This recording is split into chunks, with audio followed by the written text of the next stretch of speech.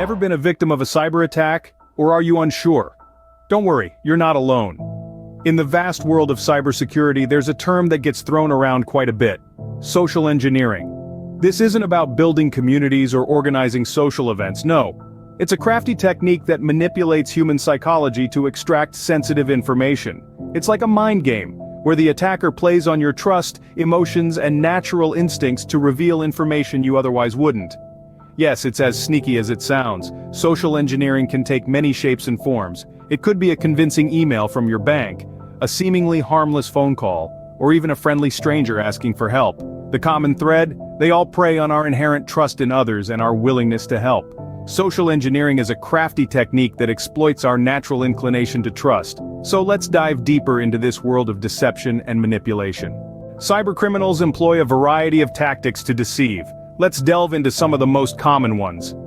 First up is baiting. This is the digital equivalent of the carrot on a stick trick. The attacker leaves a device, such as a USB stick or CD, in a place where it's sure to be found. The device is typically labeled with something enticing, like employee salaries or confidential. The idea is that the finder's curiosity will get the better of them, and they'll insert the device into a work or home computer, unwittingly installing malware. Next, we have tailgating, or piggybacking. This technique is often used to gain physical access to restricted areas. The attacker simply follows an authorized person into the area. The person being followed, often out of politeness or a desire to be helpful, holds the door open for the attacker. The attacker now has access to sensitive areas and can steal information at their leisure. Then there's pretexting. This is when an attacker creates a fictional situation to steal their victim's data. They might pose as a bank, a service provider, or even a co-worker who just needs to confirm a few details.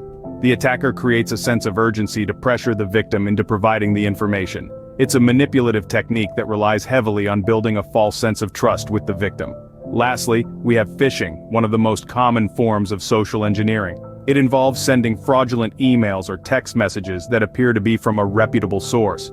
The goal is to trick the recipient into revealing personal information, such as passwords and credit card numbers. Remember, these techniques are designed to exploit our trust and curiosity, but awareness is the first step to prevention.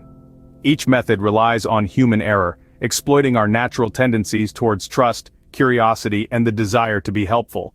But by staying vigilant, questioning unusual requests, and not taking digital security for granted, we can create a robust first line of defense against these malicious tactics. Falling for a social engineering scam can have severe consequences, both personally and organizationally. The impacts are far-reaching, and the scars can be long-lasting. It starts with the personal fallout. Your identity could be stolen, your private information used maliciously, your bank accounts drained, your reputation tarnished. But it doesn't stop there. If you're part of an organization, the ripple effects can be devastating. Confidential company data could be leaked, leading to corporate espionage. The company's reputation can take a hit, and the financial implications could be immense. And let's not forget the emotional toll. The feeling of betrayal, the loss of trust, the anxiety. It's a heavy burden to bear. These are not just hypothetical scenarios. They happen every day to people just like you. But don't despair. The cost can be high, but with awareness, you can guard against these threats. Knowing is half the battle. Now let's explore ways to safeguard against these threats. Just like a good knight armors up before a battle, we need to armor up in the digital world. The first step is to always double-check sources. If an email, message, or call seems suspicious, take a moment to verify it's from a trusted source. Don't just click on links or download attachments without due diligence. Next, maintain strong, unique passwords for each of your accounts. Consider using a password manager to keep track of them all. Regularly updating your passwords can further bolster your defenses. Finally, be skeptical of unsolicited communications. If something seems too good to be true, it probably is. Cybercriminals often use the allure of quick riches or scare tactics to manipulate their victims. Remember, the best defense against social engineering is a proactive approach. Stay vigilant, stay curious, and most importantly, stay safe. Remember, in cybersecurity, humans can often be the weakest link. We've explored social engineering, its tactics like baiting, tailgating, and pretexting, and the serious consequences they can bring.